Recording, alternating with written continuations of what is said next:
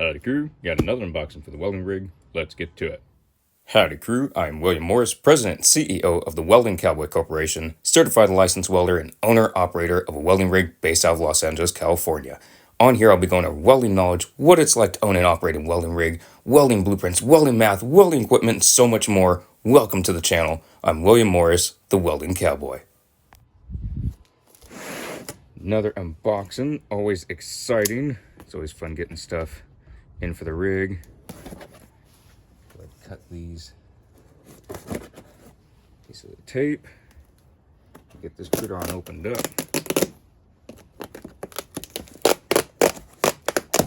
There we go. All right. Let's see what we got here today. All right, let's see what we got here today. So we have a wool blend blanket. Read all this. Italian military khaki hospital blanket, new. Y'all may be wondering why getting a khaki Italian military blanket. Well, reason being, it's cold and I'm wanting to crash in the rig for a bit. Figure a nice wool blend blanket be a great idea to have. So it's very soft, which is very nice. I like the feel of it, so that's good. Go ahead and see what else is in here. And this is from Sportsman's Guide. As y'all know, I've been getting quite a bit of stuff from there. This is a USMC folding sleeping mat. And in coyote tan.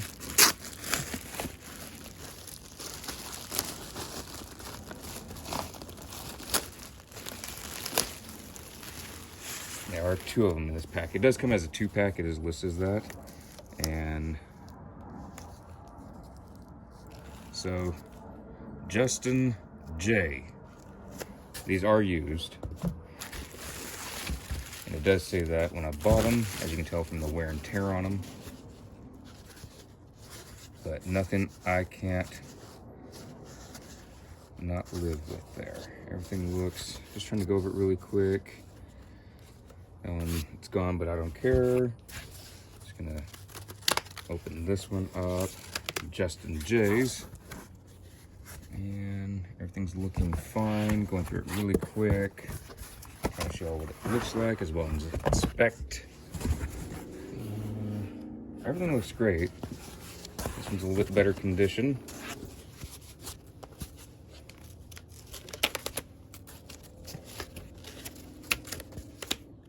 And I haven't seen any name on this one, but that's fine. What these are going to do is they're going to be in the back of the rig, the back of the cab.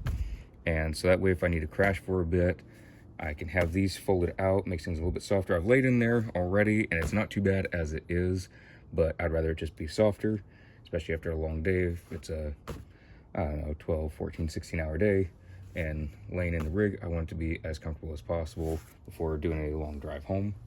And then have a nice Italian military wool blanket, which is new. This one's not used. These two USMC folding mats have been used, but they're still in good condition. They're not falling apart. Nothing's wrong with it. So I'm very happy with this. It wasn't a bad price at all on Sportsman's Guide, so I'm very happy about all of this stuff. I'll show you all what it looks like once I put it in the other cargo bag later, as well as what it looks like folded out in the cab of the truck. But I've had to sleep so many different times in my small 4x4, my other truck, before it got stolen, on job sites, just having to drive a while or be stuck in traffic for hours and hours, work a lot of hours, and then just be ready to be stuck in traffic again. So I like being places early. If there's another X amount of time before work, I'll just crash for a little bit in the rig. Or if there's a lot of traffic, again, crash for a bit. I know I've talked about that a lot, but sleep is very important. I've neglected that quite a bit, and it has really caught up with me. I've come off of some job sites. My longest shift was 22 hours, and I had such a hard time getting home. It was awful. I went around downtown Los Angeles so many different times. I don't know the exact number. I was so tired, And I know the freeways and streets by heart, but I could not focus. I was swerving all over the place. It wasn't pretty. And I don't smoke, I don't do drugs, I don't drink, but oh, it was bad. I was having a hard time just trying to figure out which lane I was trying to be in. And yeah, I went around quite a few times. So that is why I'm making an absolute point to have gear just for sleeping in the back of the truck, back of the rig, because I'm not going through that again. That one time was the worst time. I've been ready to doze off many times driving, but that time was the worst. And just, no, not going to go through that. So if y'all are going to be out in the field welding and stuff, and you're tired, recline the seat back, knock out for however long it takes. It doesn't mean you have to sleep for 8 hours, which I don't think I've slept for 8 hours in a long time. But if you just need a 30-minute power nap, 10-minute power nap, it don't matter. Sometimes just 2 minutes and you're good to go for another several hours, even driving if you get tired driving. So that is why I get dedicated gear just for making the back a little bit more comfortable if I need to knock out for a little bit, because I might be going from one emergency call to the next and there's no time just to stop home and sleep. That's why I buy this stuff. I just find it as necessary, and it's keeping me safe. If I have the back of the rig a little bit more comfortable, I'm actually able to get some decent sleep. Then the more sleep, the better sleep, the safer and more alert I will be on the road and on a job site. That's why I get it. It's just, again, something I view as a necessity. Some may laugh at it, but I have been without sleep for days on end before, and it's not fun, but you got to do it. And if you can have just a little bit of sleep, it can make a world of difference. So yeah, I just want to throw that out. It is a very serious topic. I know some guys laugh at it. They say they don't need sleep, and it's fine, they can laugh at it. That's y'all's thing.